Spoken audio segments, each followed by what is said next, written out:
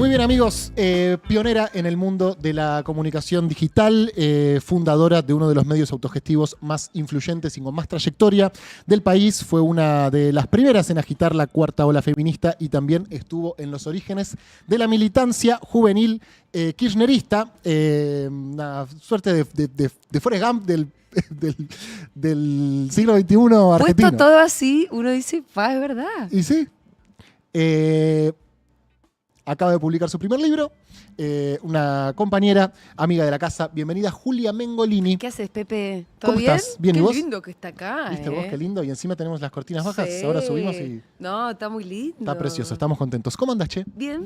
¿Qué onda? ¿Cómo te está yendo en tu nuevo rol de autora? Bien, raro. Pero re contenta porque fue muy loco sentarme a escribir. Bueno, vos lo hiciste varias veces. No, dos, y las dos fueron un mal proceso. Ah, sí, y un mal pero resultado. que mientras escribías. Las dos cosas, sí. Ah, mira. Uno es casi un tuit largo que es el Eso libro del sí. Tigre Trajo, un tuit largo. Es gracioso igual. Sí, en pero su sí, momento. hay cosas que por ahí no daba para que fuera libro. No me ¿viste? gustó. Digo, no. Hay cosas que no daban para libro y otras que por ahí Claro. ¿Fue una idea tuya? sí. Yo lo tenía atragantado, evidentemente. No, me cayó una ficha. El 1 de marzo fue como, bueno, no sé cómo explicártelo, porque fue como una especie de estado de gracia. A las 10, que es a la hora que empieza Segurola, dije, tengo que escribir un libro y es este.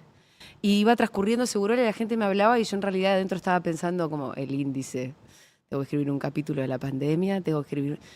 Y ahí arranqué y me senté a escribir y en una especie de estado como de absoluta inspiración, estuve como 10 días sin hablarle a nadie. Bien. Rita me decía, mamá. Y yo estaba taca. Y Bien. cuando terminó eso, como que me vacié, fui a leer lo que había escrito. Dije, esto va a ser un libro. Hay un libro. Hay un libro y ahora es hora de trabajar. Bien. Y ahí empezó el trabajo como más intenso, de leer para Claro. sostener posiciones, Claro. de organizar los textos, de Eso escribir. lo vuelve más llevadero el proceso, ¿no? Que una editorial contratándote para que escribas un libro, No. vos tenés que rendir con plazos y tenés que sentarte a escribir. No, porque- aparte iba a ser con mi propia editorial, con lo cual qué plazo. Pero fue muy loco porque me puse a hacer algo que yo no sabía que podía hacer. Y esa fue como una sorpresa bastante grata. Decir, che, puedo escribir. Lo puedo hacer. ¿Y hacía cuánto no escribías? Porque vos No, escribías en algún momento. Nunca escribí.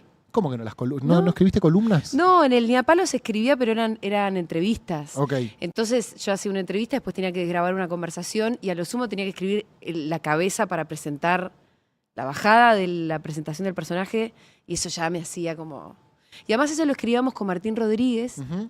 y Fede Sigliano, entonces yo mandaba un texto y los pibes me lo corregían y me lo devolvía espectacular, como era otro texto. Entonces yo decía, nunca voy a poder escribir así. Qué difícil que es, ¿no? ¿Escribir lindo? Sí. Sí, obvio. ¿Y te gustó el proceso? A mí me gustó, terminé dándome cuenta que había encontrado una voz Bien. para escribir. Y me parece que es algo que salió, no sé qué te pareció a vos. A mí me que gustó lo el libro. lees y viste que decís, está Mengo acá. No, obviamente, permanentemente. Sí, claro.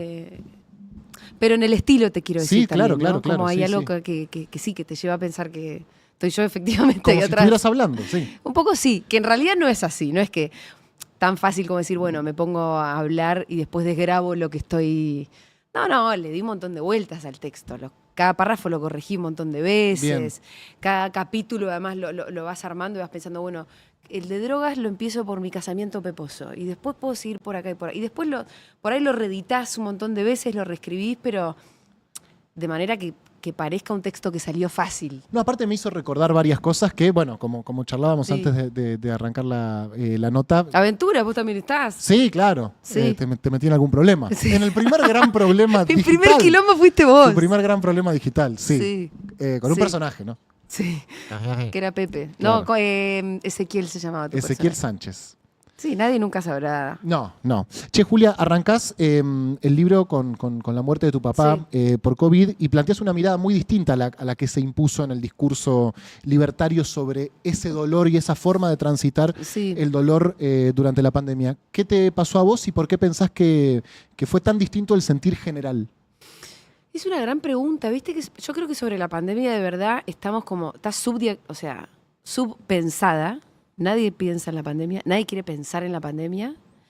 Al mismo tiempo hay quienes te dicen, che, pasó demasiado poco tiempo como para saber cuál fue la herida que nos dejó. Mm.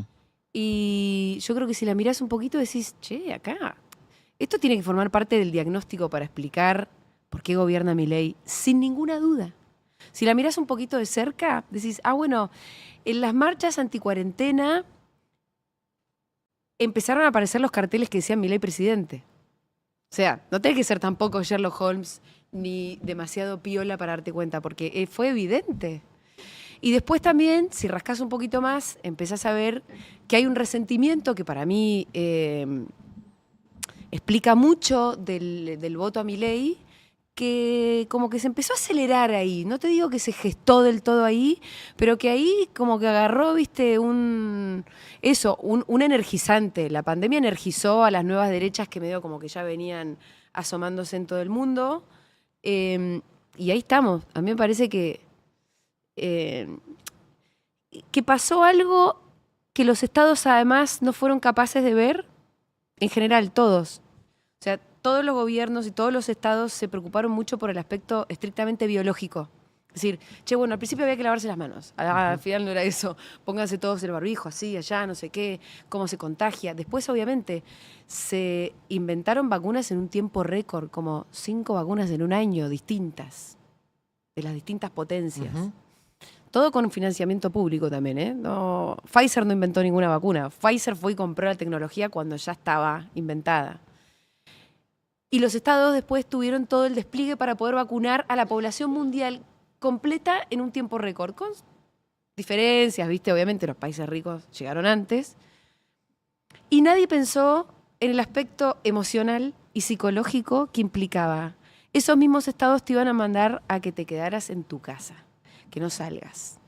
Y sobre eso nadie lo pensó en términos como más profundos. Esto va a generar resentimiento, va a generar enojo, va a generar que los pibes se hiperdigitalicen también.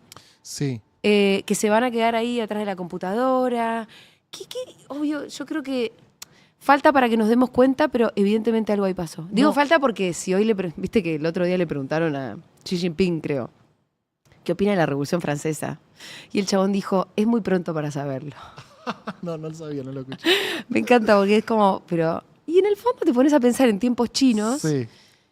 Y los chinos deben estar diciendo, hay que ver este sistema republicano, todo este asunto de la democracia, ¿cómo les sale a ustedes, no? No, además, primero murieron 130.000 compatriotas, Sí. ¿no? O sea, un número tremendo. Y segundo, también evidenció la distancia que había en la capacidad del Estado para interpretar lo que pasaba.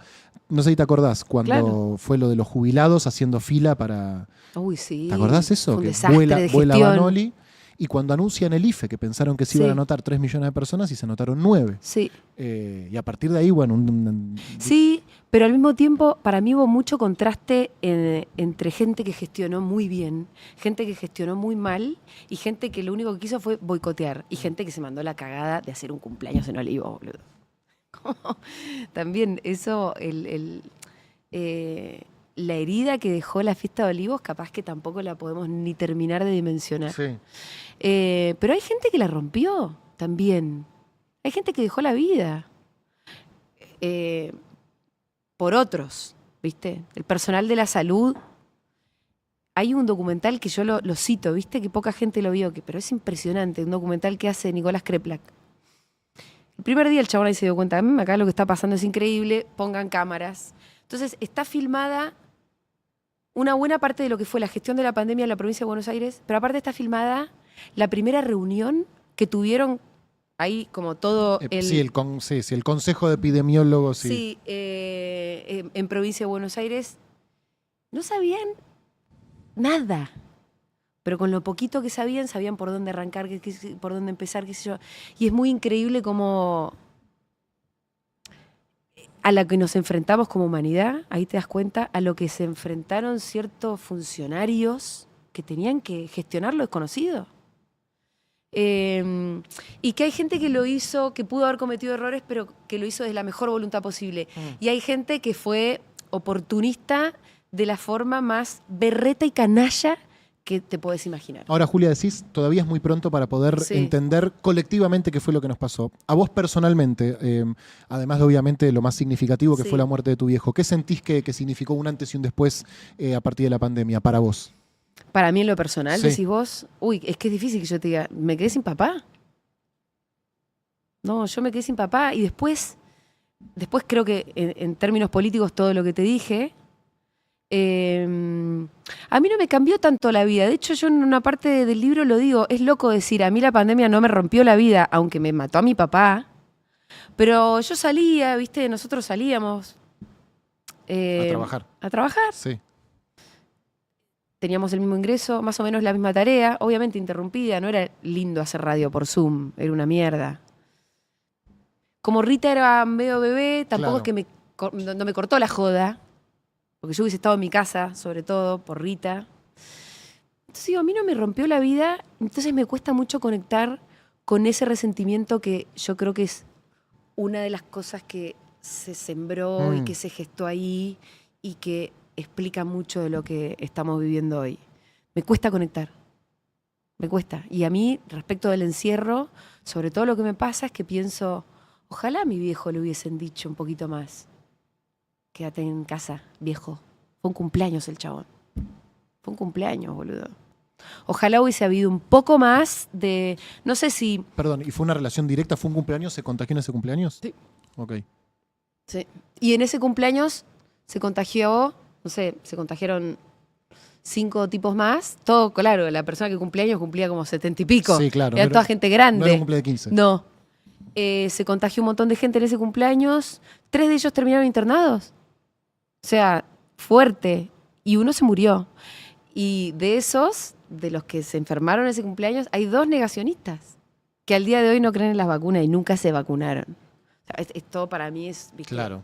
Increíble toda la historia. Voy a repasar un poco, no sé si capítulo por capítulo, vamos a ver cómo estamos de Bueno, de gracias tiempo. por el... Habla de lo que quieras. No, igual. no, pero vamos a ir repasándolo porque, bueno, los capítulos son temas. Son todos mis temas, por mis eso, así que obsesiones. Vamos a usarlo como excusa, como disparador. En el Sí. capítulo sobre feminismo reflexionás acerca de esos años de movilización y decís que, a diferencia de las pibas, muchos pibes no encontraron como un espacio de politización colectiva, creo que decís, ¿no? Sí, no sé. La politización es colectiva. de Sí, por sí.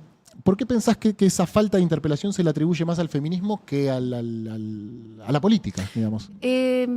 Acabas de dar una tecla bárbara. En Bárbara. realidad, no, ni siquiera lo digo. Ah, ok. No sé ni por qué yo misma nos planteo esa responsabilidad. O sea, es verdad, es la política la que falta que los invite. Lo que pasa es que yo ahí, como que, cuando me planteé escribir el capítulo yo lo que quería era hacer una suerte de reivindicación de lo que fue eso, ¿no? De hecho, la hago. Lo que pasa es que también en esa reivindicación, digo, hubo errores, hubo cosas, viste que siempre sale el tema de la cancelación, que aparte vos sabés que yo era de las in situ, no es que hice una autocrítica posterior, sino que en el preciso momento donde eso ocurría, yo era de las más garantistas, decía, no, chicas, paren, no es así. Aún con esos errores, adentro de la balanza y todo, lo que yo creo es que de hacer alguna crítica diría, por ahí nos encerramos demasiado. Ojalá les hubiésemos convidado un poco más de esto, esta identidad y este proceso de politización. Creo que fue súper virtuoso. Después, cuando vos ves cómo votaron los varones y cómo votaron las mujeres, votamos muy distinto por primera vez en la historia. Una brecha de género impresionante. ¿En qué sentido? ¿Las mujeres mayoritariamente votaron a favor y los hombres mayoritariamente No, votaron en contra? o sea, los varones votaron mucho más a Milei de lo que las mujeres votaron a hablas de Milei. Milei, no de la ley Sí, del- sí. ok, ok. No, digo de eso. Entonces, ¿por qué? Te podés preguntar. Y por ahí porque a las mujeres nos quedó ese proceso politizador del feminismo, nos dejó como una especie de antídoto antifascista. Entonces, en todo caso, yo para adelante diría, ¿cómo le convidás a más gente el antídoto antifascista? ¿Cómo haces para que no se coman esta propuesta de identidad medio facha? Y bueno, politizándolos en un sentido, obviamente, como más comunitario, con valores más solidarios, con la propuesta de un mundo más igualitario, donde además le decís, che, igual es más copado para todos. Tratémonos bien, seamos buenos, cuidemos a los viejos, cuidemos a los discapacitados, hay que repartirla. No son héroes los señores millonarios. Es mentira eso. Bueno, me parece que todo eso contenía el feminismo, esa idea como más comunitaria y solidaria, y creo que eso nos quedó a las mujeres adentro. Entonces, cuando vino esta ola arrolladora de propuesta libertaria, por ponerle algún nombre, yo sabes que uso otra palabrita, En el mundo entero pasó esto, además. Sobre todo en los países que tuvieron movimientos feministas, las mujeres votaron mucho menos a la derecha de lo que lo hicieron los varones. Con esto lo que creo es que por ahí, sin feminismo, Milei ganaba por 80 puntos. Por ahí, si el feminismo hubiese sido un poquito más inclusivo para con los pibes, y por ahí no ganaba Milei. Ahora, de haber habido algo que los contuviera, una propuesta más copada, y bueno, capaz tendrían que haber entrado ahí, no sé. ¿Y cómo fue la articulación con la representación política? ¿Hasta qué punto esa fuerza social condujo a la política? ¿Hasta qué punto la política condujo a esa fuerza social? ¿Y cómo ves también esta suerte, que no se malinterprete como cierta soltada de mano de algún sector de dirigencia política a esas agendas, ¿no? Y la veo mal. ¿Lo ves? ¿Lo ves? Sí, obvio. Okay. Sí, lo veo. Igual me parece que se está empezando a revertir un poco. Okay. Fue como una primera reacción a la reacción. Decir, fueron ustedes porque se pasaron 2 pueblos, entonces ahora nos gobierna Milei porque ahora está todo el mundo enojado por lo que ustedes propusieron. Viste, como un diagnóstico para mí bastante boludo y fácil, y obviamente equivocado, porque si te pones a mirar un poquito más, miren, muchacho, reacción siempre hay ante los avances. No me podés echar la culpa. O sea, a ningún peronista se le ocurrió decir, cuando bombardearon en el 55 la Plaza de Mayo, decir, ay, capaz nos zarpamos con el aguinaldo, perdón. No. Y sin embargo el bombardeo a Plaza de Mayo tuvo que ver con eso. Y ninguno se arrepintió. O ninguno dice, no, claro, que se pasaron 2 pueblos. Y sí, claro, cuando conquistás te pasás respecto de lo que el otro pretende que vos seas para siempre un sumiso. Pero no nos podríamos echar la culpa. Hubo una soltada de mano, como decís vos. Y yo creo que en realidad lo que habría que mirar es un poquito más de cerca ese proceso de politización. Decir, che, las minas no se pusieron tan fachas. ¿Qué es lo que están tomando? Convídame un poco de eso. Yo lo empezaría a pensar de esa manera. Y después la articulación con la política fue siempre muy silvestre. Eso también tuvo, ¿viste? El proceso feminista fue como muy de abajo para arriba. Igual tuvimos conquistas muy concretas, no fue todo bla bla, o sea, tuvimos conquistas concretas. Y al mismo tiempo yo creo que la política y los años kirchneristas fueron mucho más feministas de lo que se asumen. La propia Cristina siempre dice, yo no soy feminista. Y bueno, pero después vos mirás un montón de leyes que le cambiaron concretamente la vida a muchas mujeres argentinas. Y entonces decís, bueno, pero mirá, la política feminista es esto al final. O sea, la jubilación para las amas de casa, más feminista que eso no vas a encontrar. Más que el aborto, te diría. Todavía. Pero por eso te digo, la articulación es medio silvestre, porque cuando vos pensás en políticas inclusivas, y naturalmente te va a salir pensar en los más excluidos. Y entre esos sectores, bueno, tenés a las minas y a las mujeres pobres sobre todo. Mengo, no quiero que se vuelva nostálgica y melancólica esta charla, pero bueno, todavía hay cosas del pasado que quiero revisar, porque la verdad que nos ha tocado compartir momentos más felices que este. En el capítulo dedicado a la militancia contás tu experiencia en NBI y cómo eso estuvo vinculado también con los orígenes de la cámpora y con las tensiones que había cuando tus opiniones personales iban en una dirección distinta a las de la organización o la conducción de la organización. Quiero que nos remontemos un poco a esa época y que me digas en retrospectiva qué lectura haces de ese proceso, de ese fenómeno, y qué de lo que hicimos pensás que deberíamos repetir y qué de lo que hicimos no se puede volver a hacer, y bueno, después charlaremos del futuro. Yo lo que creo, lo loco es que ahora también hay como esta especie de moda, no solamente como antifeminista, como hablábamos hace un ratito, sino antiprogre, ¿no?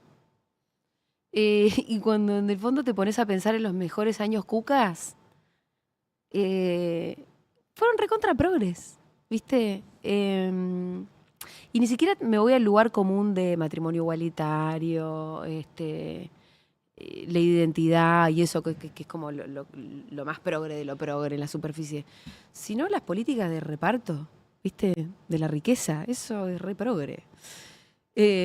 Después también si te pones a pensar en actitudes muy concretas, tipo Néstor pierde en la provincia en el año 2009 ¿Con quién se fue a juntar al otro día para decir tenemos que profundizar? Con carta abierta, Pepe. No, la lectura de que Kirchner era un ortodoxo y que el progresismo llegó con Cristina está reñida con la historia. Néstor era re progre y de hecho no les gusta la palabrita, busquen otra, pero la usa Néstor. Yo de hecho hace poco encontré una entrevista que le hacen a Néstor en el 2002. Estaba en campaña. Él ni se imaginaba que iba a ser presidente. Era una entrevista tipo en un café literario, ¿viste esas cosas? Pero estaba filmada. Y él dice, el peronismo tiene que volver a ser progresista. Usa esa palabra. Entonces, bueno, creo que la palabra está un poco demonizada, pero la usaba el propio Néstor. Y es como te digo, vos vas a revisar los años más virtuosos y la verdad que se trataba todo el tiempo de incluir, de pensar en términos como más humanos. El primer peronismo no usaba la palabra progresista porque no existía.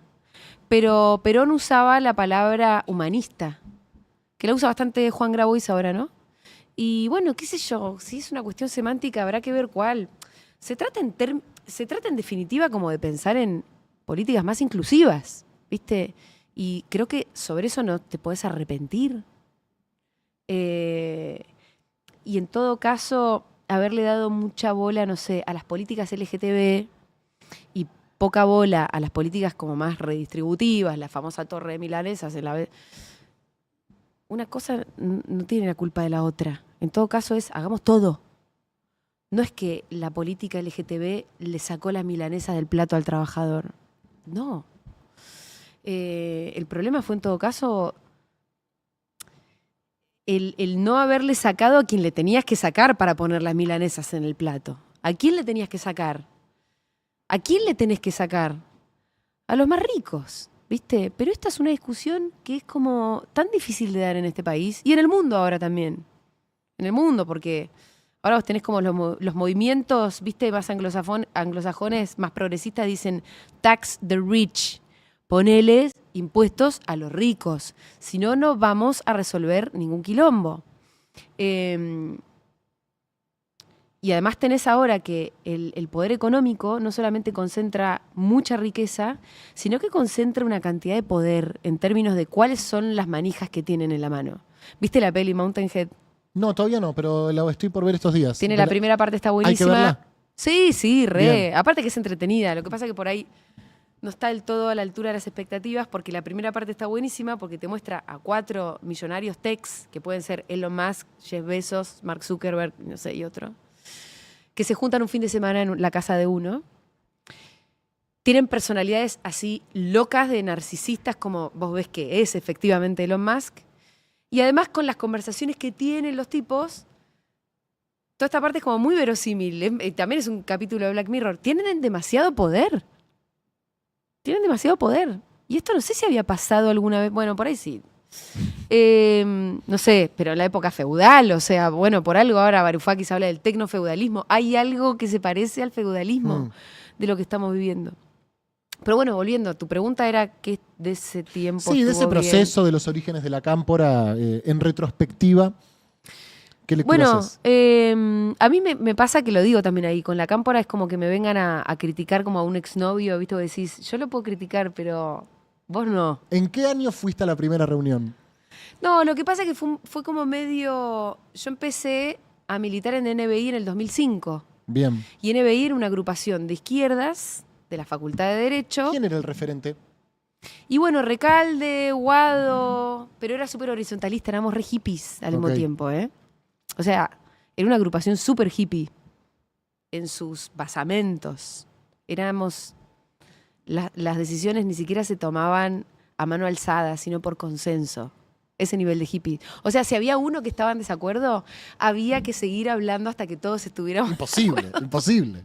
Claro, una locura, pero así éramos. Fácilmente infiltrable, diría Macri. Fácilmente infiltrable. De hecho, fue infiltrada y todo. Pero eso también tenía como una característica de que fue una formadora de cuadros, ¿viste? Porque con una organización muy vertical, que es en lo que después devino la cámpora, claro que vos podés tener más poder de organización, porque bueno, las decisiones se toman más rápido, pero no sé si tenés tanta capacidad para formar cuadros. Porque si es todo sí señor, bueno señor, y no sé si van a surgir un montón de cosas muy interesantes. ¿Y cómo ves a la cámpora hoy? Me gustaría verla más activa, la verdad, ¿viste? Me gustaría verla más rápida de reflejos. Me gustaría verla mucho más en los conflictos. Como que siempre digo, por ejemplo, no sé, metieron en cana no sé quién, y yo desde la radio quiero hacer una nota. Alguien que los esté defendiendo. Alguien que se llevaron en cana, no sé, en la manifestación tal. Y siempre doy con la Correpi. ¿Entendés? Debe pasar igual. Che, no quiero hablar con Verdú todas las veces. No hay. La cámpora tiene un montón de bogas. ¿Por qué no están ahí también? Lo digo acá, se lo digo a ellos, qué sé yo, lo digo siempre. No sé, eso, me gustaría como verlos todavía un poquito más implicados en los problemas comunes que tienen un montón de sectores sociales que están en una emergencia total. ¿Viste? Y yo sé que tienen las herramientas, además, las recontra tienen, porque hay un montón de cuadros adentro de la cámpora.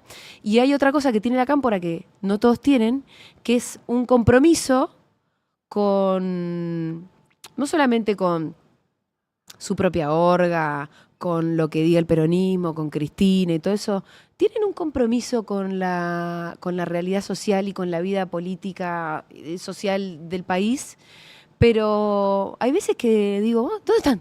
Vamos, ¿dónde?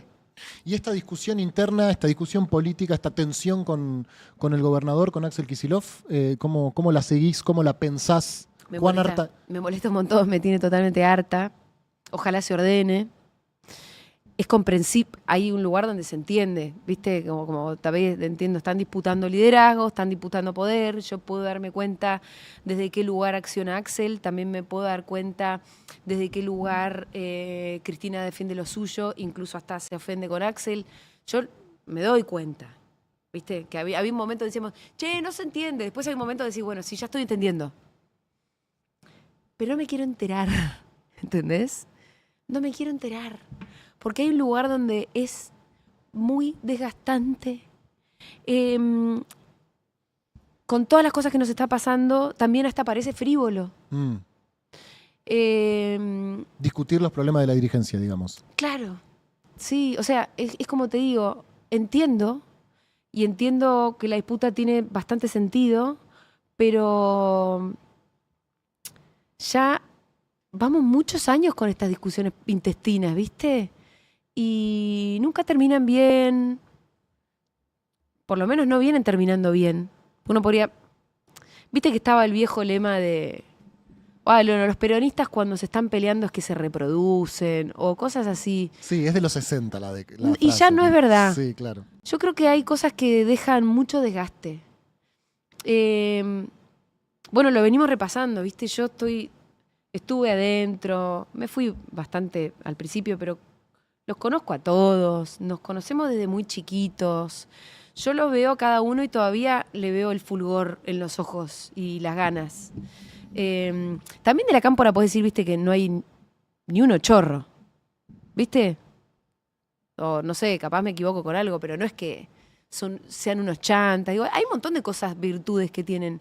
Pero después, las disputas de poder terminan haciendo que gente que fue muy amiga, que fue muy compañera durante mucho tiempo y que tienen el mismo exacto proyecto de país en la cabeza, se termine perdiendo en esas discusiones, termine odiando al que fue tu compañero incluso de escuela. Sí, claro.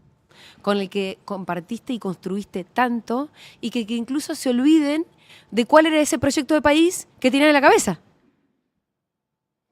Entonces, yo lo que diría es como, loco, arréglense, porque después hay cosas que quedan muy rotas y que después es muy difícil de reconstruir. Es re difícil. Que hay peleas que hay que cortar antes. Incluso cuando uno está en pareja. Hay que decir, che, ya me estoy diciendo cosas feas. Cortémosla. Porque hay un lugar donde vas a decir algo... de no retorno. De no retorno. Y a mí me da... Y después por ahí ganás y tenés que gobernar. Con gente con la que, no sé, te dijiste cosas horribles. O de la que ya desconfías medio para siempre porque... qué sé yo. la verdad deberían arreglarse porque tampoco hay margen, ¿no? Mengo, cuando presenté esta charla, dije una de las pioneras en lo que tiene que ver con la comunicación digital y también el sostenimiento comunitario de un medio. Futurock cumple 10 años el año que viene, pero este año ya cumple 10 años la idea, ¿no? Porque se empezó a gestar en el 2015. Y cumplimos 10 años con Segurola y Habana. Claro, no, ya se cumplieron, 2014. Estamos transitando la 10ª temporada ahora. Ah, no, eso fue el año pasado. Ah, tenés razón. 2014. Sí, estoy diciendo boludeces. 2014. ¿Cómo ves el recorrido de la radio? ¿En qué momento están hoy? Yo estoy muy orgullosa también, ¿sabes de qué aspecto? Ya que estamos acá en Gelatina, como de haber sido semillero también, ¿viste? Incluso de ser escuela. De ser escuela de cuadros, si se quiere.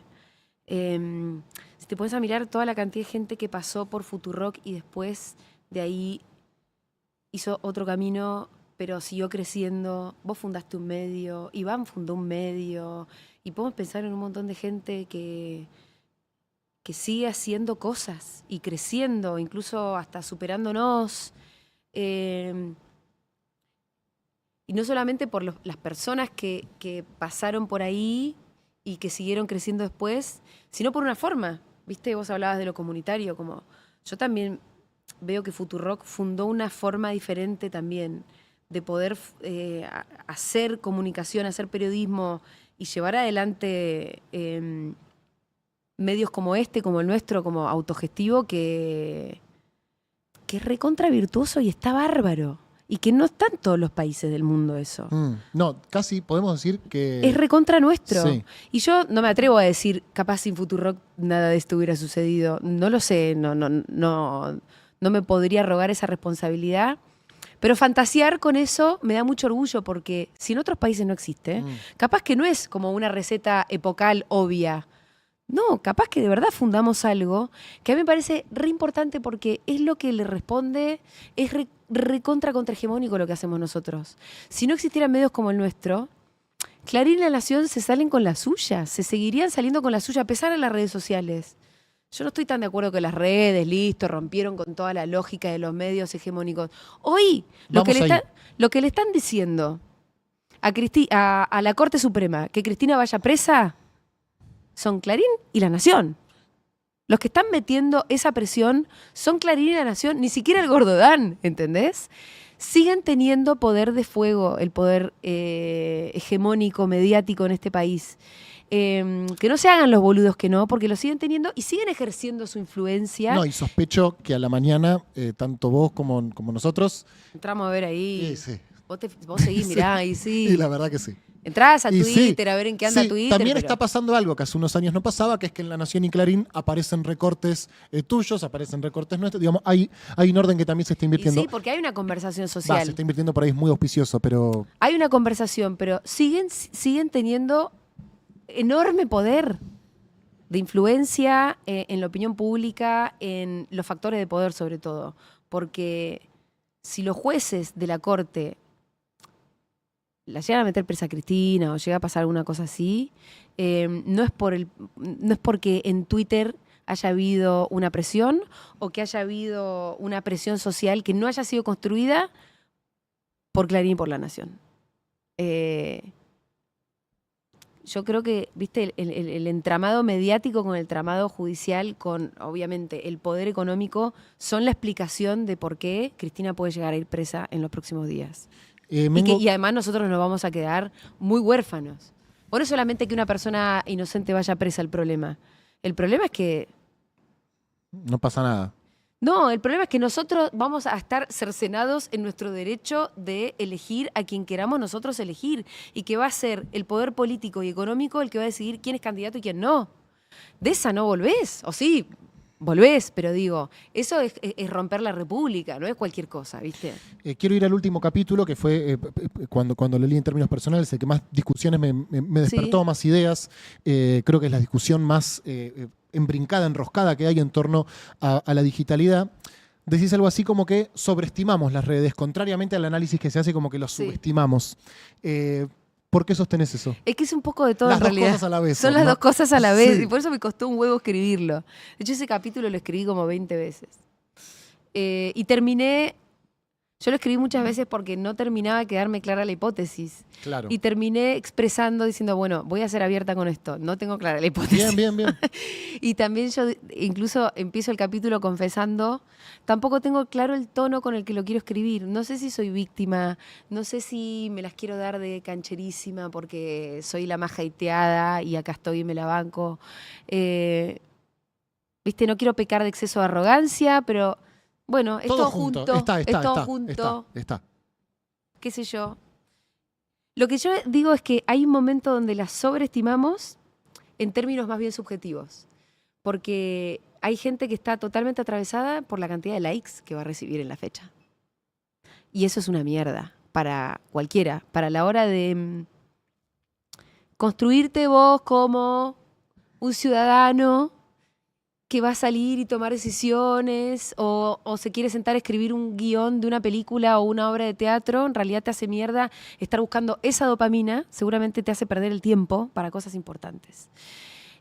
Puede que esa dopamina o la falta de esa dopamina termine haciéndote mierda la autoestima y vos termines, qué sé yo, no sé, desconfiada de toda tu potencia. Ahora te hago una pregunta. ¿Vos perdiste la cuenta de la cantidad de veces que te putearon en la calle? No. No. ¿Las recordás? Sí, no Habrán son sido muchas. 8, Ponele. 10. Sí, me puedo olvidar alguna, pero no son muchas. Bien. Versus en Twitter, ¿cuántas? No, 250.000. Bien, o sea, la relación es 250.000 a 7. Sí. Bien, ahí está como para decir... Para que se sepa. La sobreestimamos. Sí, bueno, otra. Bien, sí, obvio. Ahí hay algo. Pero al mismo tiempo pasa esto. Yo lo que creo es que el problema es que te importen tanto los likes. Ahora después, si miramos más desde arriba, decimos, bueno, pero a la sociedad, ¿qué es lo que le está haciendo Twitter? Y yo creo que capaz que está dañando mucho los términos en los que se da el debate público. O sea, no tendríamos que subestimar que Twitter termina dañando la conversación social. Sí, pero siento que... Ahora, si les diéramos menos bola, nos harían menos daño. Bueno, yo no leo Twitter desde que te conozco. ¿Y que no te tengo hace bien Twitter. o no? Bárbaro. O sea, yo creo que por ahí Perfecto, no hubieses construido todo lo que construiste, chabón. Probablemente no. Sí, estaría por ahí muy estarías tipo, turuleco, total. Sí, porque además vos sos calentón. Totalmente, por eso me fui de Twitter. Si yo cuando... Sí, vos te calentabas a los 2 minutos y todavía Twitter no era una pradera verde. Yo no había hecho ni el cadete. No. Y me calentaba con @Vengador Sí. Foucaultiano. Sí. Me pasaba cuando lo leía, Ofelia lo dice mucho mejor, pero algo así como que nos coloca en el lugar conservador de la discusión, decir, está afectando la democracia, ¿no? Sí. Tenemos que cuidarla. Y la verdad que es una democracia que... Es una garcha igual. No sé si es una garcha, pero ha dejado grandes cuentas pendientes, ¿no? Sí. Sin resolver. ¿Cómo se puede? Es una pregunta imposible la que te voy a hacer. Se la hice a Grabois la semana pasada. ¿Y qué te dijo? No se puede responder, Bueno, que es cómo se puede hacer un uso favorable de las redes, cómo se puede hacer un uso contra natura de la digitalidad para que no queden... no sé, hay que censurar las cuentas anónimas, hay que, no sé, penalizar a los que putean, porque eso la verdad que me parece inviable, ¿no? No, tampoco, no va. Se regulan desde la política. Eso es lo que va a haber que hacer en algún momento. O sea, tiene que empezar a haber algún tipo de regulación. ¿Sí? ¿Sí? ¿De qué tipo? ¿De contenidos?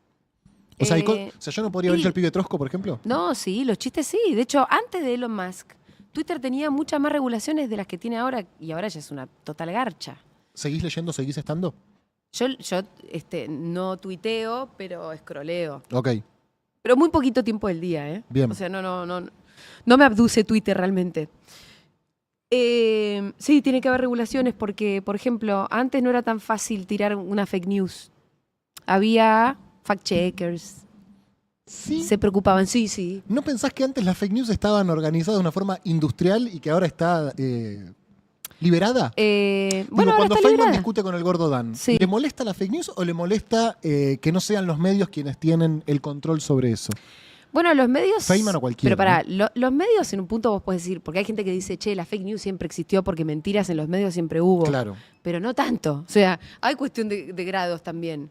Sucedía que si vos tirabas algo que era medio verso y al otro día alguien te lo desmentía, y bueno, ya está, era mentira. Ahora la fake news corre a tal velocidad que la desmentida nunca llega. O sea, la fake news corre a una velocidad que en el camino hizo todo el daño que podía hacer. Sí. Hasta que llega la desmentida, que llega tarde, 3 días después, no importa, no llega, no llega. No tiene fuerza. No, porque por ahí, de hecho, la desmentida no tiene fuerza.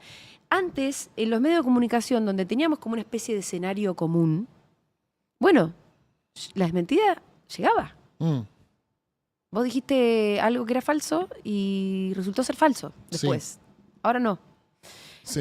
Entonces yo creo que tendría que haber regulaciones, tendría que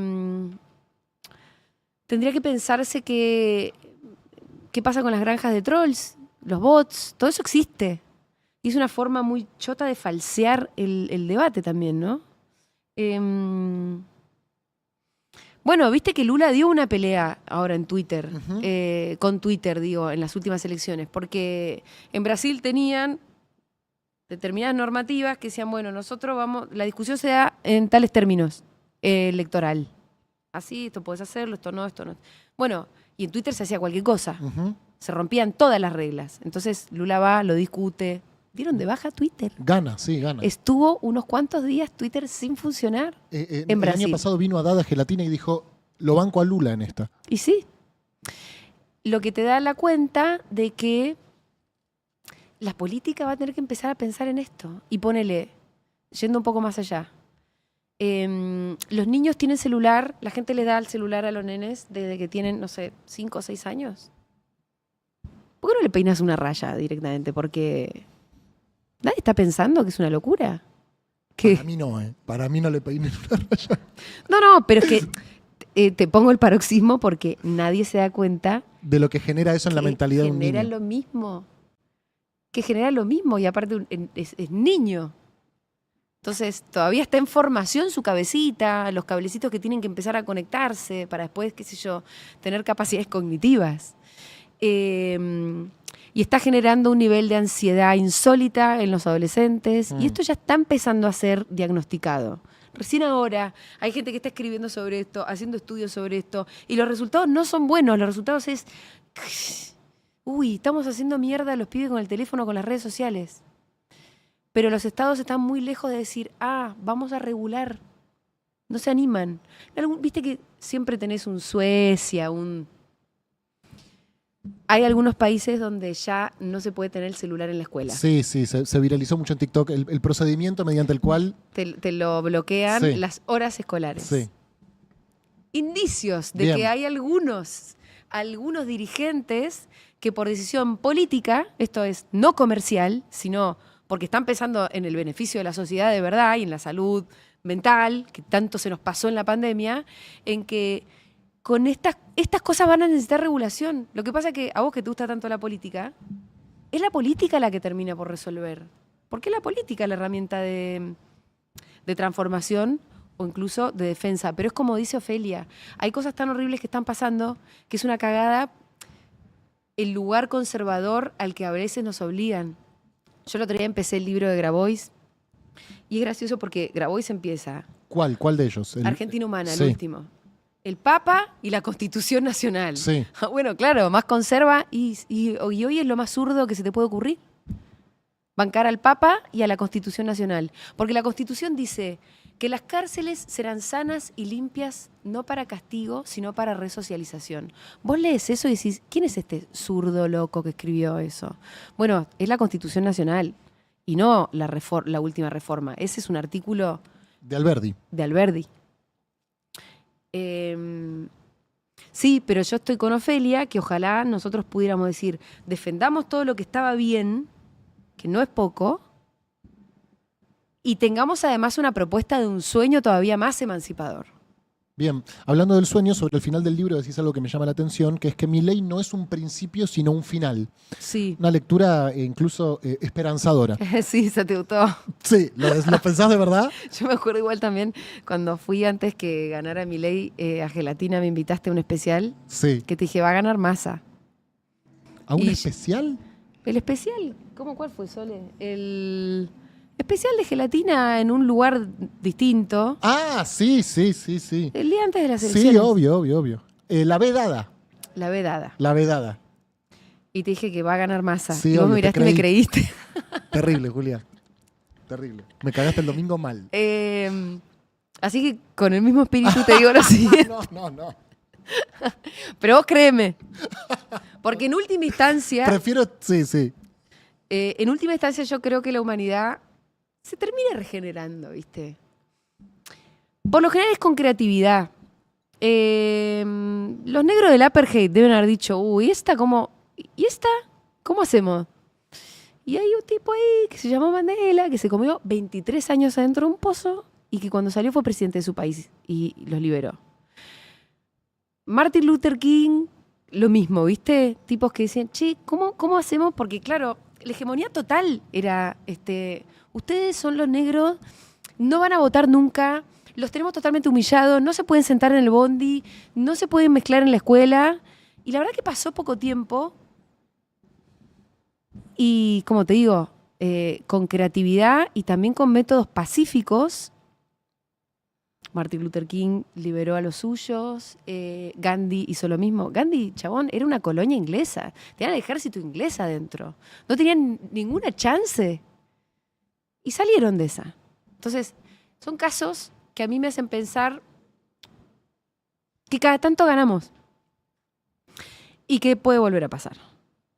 Pero la pregunta era otra. No, decís que Milei es un final y no un principio. No, porque si vos te pones a pensar en la historia del neoliberalismo, arranca a mediados de los 70 y es hegemónico desde entonces, con algunos gobiernos en algunos países donde cada tanto le tuercen un poquito la voluntad del neoliberalismo, ¿no?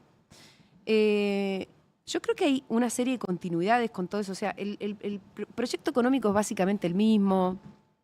Incluso puedes pensar que las estrategias que tienen de cara a la sociedad se parecen, que es segregar a las sociedades, como que nos peleemos entre nosotros. Ahí reinan. Creo que no hay grandes novedades. Hay una continuidad en todo ese proyecto, pero muy degradado al mismo tiempo, ¿viste? Claro. Milei es un chabón muy rudimentario. Es como si hubiesen llegado medio al final con el más payaso de todos, con el más grotesco, con el que tuvo que empezar a gritar más fuerte, a hacer más aspamento. Como antes eran los mismos tipos y ahora cada vez más degradados en sus formas, en sus metodologías. Antes eran un poquito más sofisticados a la hora de chorearnos. Incluso vos ponerle la vista al propio Toto Caputo, porque es el mismo zorro, ¿viste? Aparte es el mismo chabón. Y ahora está que cancherea de una manera en la que no lo hacía antes. Sí. El otro día vi una entrevista a un periodista que contaba cómo Vance, el vice de Trump, había sido un tipo republicano, como medio conserva con sus valores, y contaba que él lo había entrevistado, no sé, en el 2012, ponele. Y Vance, que ya tenía sus valores republicanos y todo, igual tenía como... Todavía le quedaba algún pudor, un resquicio de decencia, algo de virtud, algo de, bueno, ganamos, pero nuestras ideas son las mejores, pero tenemos que llegar de determinada manera. Y ese Vance no tiene nada que ver con el Vance de ahora, que lo que empezó a hacer es como a copiar los peores modos, claro, a ponerse cada vez más grotesco, cada vez más dramático en ese sentido. Entonces, ahí donde huele más bien a... Perfo. Esta es la versión ya como de fin de fiesta. ¿Viste? Como estás más borracho. Te creo. Se te vieron mucho los hilos. Claro. No sé, y todo más grotesco. ¿Me creíste? Sí. Ay, me alegra. Sí. Yo tengo el sí fácil. Escúchame, Mengo, la última. Te recibiste de abogada, de periodista, condujiste en la tele, en la radio, fundaste tu propio medio, ahora también escribiste un libro. ¿Qué te calienta por hacerme el futuro cercano, el futuro próximo? ¿Cuáles son tus planes, tus objetivos? Nunca hago planes y me parece que así me fue yendo bien. No tengo ni idea. Además, siempre el año que viene me agarra con una sorpresa. No sé, como este año estoy con un ciclo de entrevistas, viste, que te voy a invitar, aunque vos estás al aire, que es diario y que le está yendo muy bien y es muy lindo, y fue un accidente. Ok. Se cayó un programa a las 13, claro. Entonces agarré yo. Bien, perfecto. Y ese es como mi gran proyecto de este año, que estoy armando una entrevista por día, que es un huevo y le va re bien. Entonces me da la oportunidad como de tener un montón de conversaciones, incluso con gente con la que no me hubiese imaginado conversando. Y el año pasado no me hubiese imaginado que iba a ser el año en el que iba a escribir un libro, y así Bien. sucedió. Entonces no sé. Perfecto, veremos. Ojalá... no sé, mejor no digo nada. Bien, por las dudas. Julia Mengolini, gracias por pasar por Gelatina, por Industria Nacional. Nosotros nos vamos, ustedes se quedan con Seba de Caro. ¿Nos trajiste un libro para la comunidad? Ah, sí. Perfecto. Exacto, lo puedo firmar como para... Excelente, para la comunidad de Gelatina. Lo vamos a sortear en el Gelatón el 20 de julio. Excelente. Amigos, ustedes se quedan con Seba de Caro y la broma infinita hasta las 6 de la tarde, por lo menos, y nos reencontramos mañana martes. Gracias por la compañía, que tengan buenas tardes en caso de que eso sea posible. Chau.